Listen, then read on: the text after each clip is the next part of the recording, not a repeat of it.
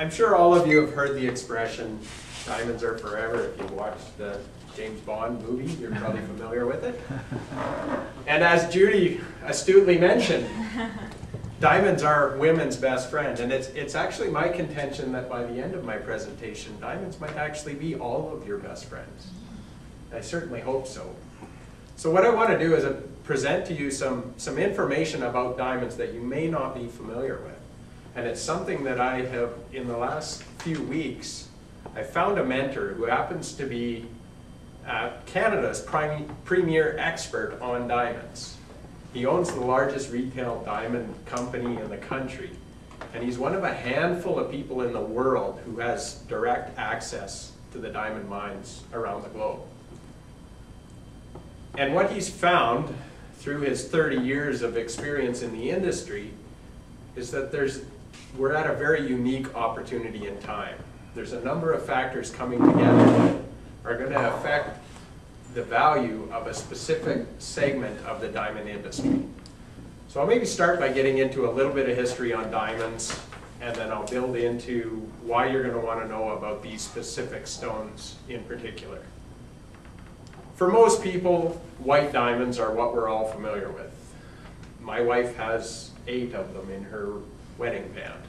And I know I did a lot of research before I bought that engagement ring. I went to all the jewelry stores. I learned about the 4 C's, the cut, the clarity, the carat, and I lost the 4th one. Help me out. Color. Color. Thank you, Elaine. The 4 C's. Now those are the traditional 4 C's for white diamonds.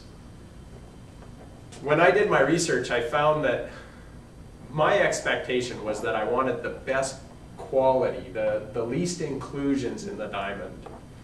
And what I was finding is when they bring me out a stone that I described I would like, I wanted the best color, I wanted the least inclusions, they'd have to bring me a magnifying glass to show me the diamond that fit my budget. Eventually, I got better educated and I learned that actually with white diamonds, it's the cut that is actually a better determinant of how well the diamond will sparkle. That's really where the fire in a diamond comes from, is the proportions of the cut. So white diamonds, De Beers did a really good job of making white diamonds the benchmark in the industry. For little over 100 years, they've almost had a monopoly on the industry. And what they did was told the world that anything but white diamonds are worthless, they're industrial. Until about 25 years ago, and a mine in Australia opened called the Argyle Diamond Mine. It's in Perth, Australia. It's actually the largest producing mine on the planet right now. And what's unique about this mine is that it produces above 90% of all the pink diamonds on the planet. If you took their total production for pink diamonds, it would fit in the palm of your hand for a year. And to put that in perspective, all the other mines on the planet will produce 1 or 2 stones total in a year. So they do have a monopoly on the pink diamonds.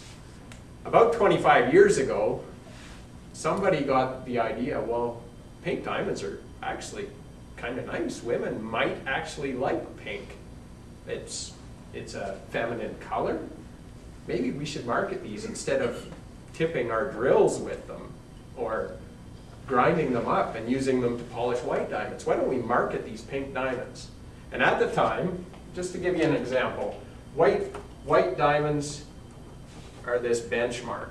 They're consistent. You can describe a white diamond by its cut, clarity, color, and carat, and go online and get a price. It's a commodity now. A white diamond is a white diamond. You can get 2 identical stones. There's enough of them on the planet if you want it. So it's now a commodity. And what my mentor actually jokes about white diamonds, one of his employees made the expression that, you know, white diamonds are great, but they're kind of like belly buttons. Everybody's got one. Which is why colored diamonds are coming into vogue. And at that time, pink diamonds were down here. They were worth about 25 to 30 cents on the dollar compared to a white diamond.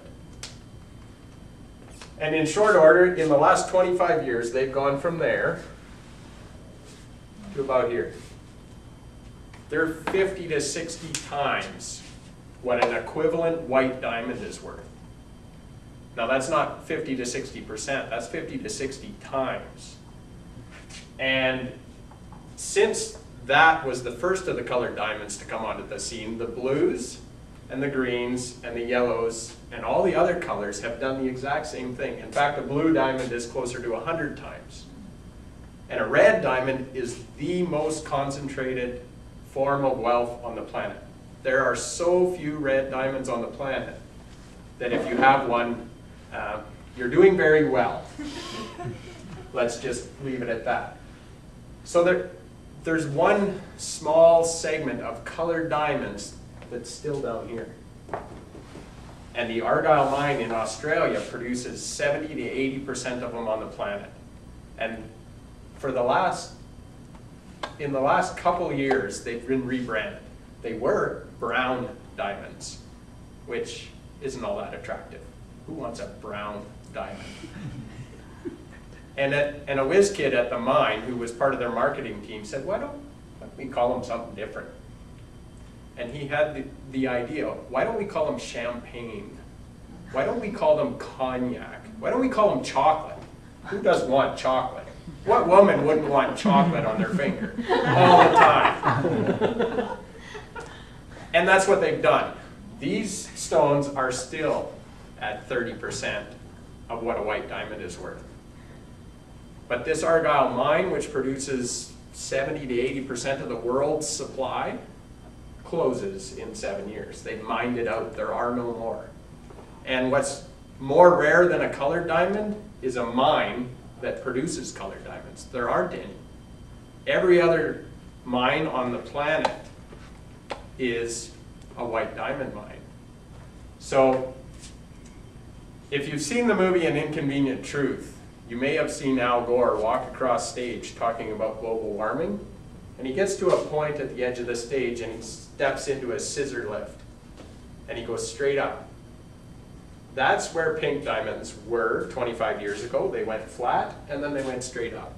Blues did the same, faster. Greens and reds did the same, faster. Well, the browns are right here and they're just about to go up, and you can still get them at 30 cents on the dollar. And an equivalent, the expectation is that an equivalent brown diamond within the year will be the same price as a white diamond. So if you bought one today, within a year, you could very well have one triple for you, which makes it a very good investment.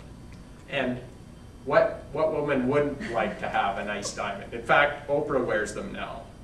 Katy Perry just got married and it was a brown diamond. It wasn't brown, it was champagne, but that's what's in her wedding ring.